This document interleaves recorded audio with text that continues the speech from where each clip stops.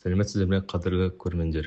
Бүгін біз сіздерді Астананың жүрегінде орналасқан ерекше тарихи орын Сәкен Сейфуллин музейімен таныстыруды бастаймыз.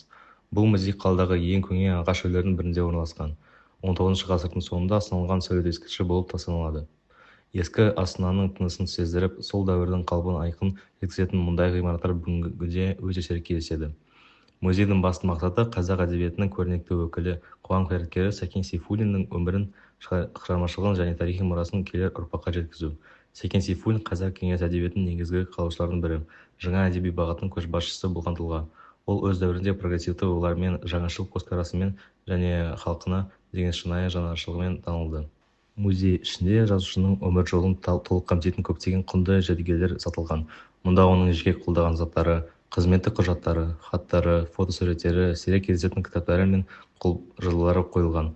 Әсіресе шығармашылықпен айналысқан жұмыс үстелі, жазу құралдары сияқты түпнұсқа бұйымдар сол кездің рухын сезінуге мүмкіндік береді.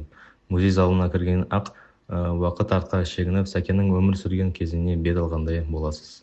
Сондай-ақ мұнда сол дәуірдің тұрмыс салтын көрсететін бөлмелер де қалпына келтірілген. Ағаш үйдің интерьері, көне жиһаздар, ұлттық нақыштағы тұрмыстық заттар, мұның барлығы музейді жай ғана экспозиция емес, жанды тарихқа айналдырады. Сәкен Сейфуллин музейі өткен мен бүгінді байланыстыратын алтын көпір.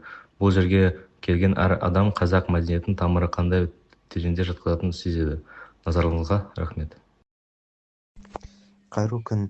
Мен Сәкен Сейфуллин музейі туралы әңгімені жалғастырғым келеді. Бұл ғимарат Астананың ежелгі сәулет үлгілерінің бірі, қаланың тарихи келбетін сақтап қалған нысан. Сәкен Сейфуллин 20 ғасырдағы қазақ әдебиетінің аса маңызды тұлғасы. Оның еңбектері жаңашылдықтың, білімге ұмтылыстың символына айналды. Ол тек ақын ғана емес, қоғам мен саясат өміріне белсене араласқан қайраткер болды. Музей экспозицияларында 6000-нан аса жәдігер көрсетілген. Олардың қатарында кітаптар, сирек басылымдар, мұрағат құжаттары және тұрмыстық заттар бар. Қазақ зиялыларының сол дәуірдегі өмірін көрсететін бөлмелер де ерекше назар аударады. Бұл музей Сейфуллин мұрасын насихаттайтын маңызды орталық болып саналады. Маған көңіл бөлгендеріңізге көп рахмет. Сәлеметсіздер ме? Сәкен Сейфуллин музейі Астанадағы 20 ғасырдың басындағы атмосфераны сезінуге болатын сирек орындарының бірі. Ағаш үй көптеген тарихи кезеңдерді бастан өткеріп, бүгінгі күнге дейін сақталған. Сәкен Сейфуллин қазақ тарихында өшпес із қалдырған тұлға.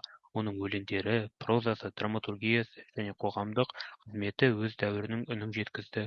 Ол шығармашылық еркіндікке, білімге және ұлттық рухтың күшеюіне ерекше мән берді. Музейде жазушының балалық шағынан бастап өмірінің соңына дейінгі жолын көрсететін құжаттар, кітаптар және тұрмыстық бұйымдар бар. Сонымен қатар, оның мемлекеттік қызметіндегі еңбектерін айғақтайтын материалдар да ұсынылған.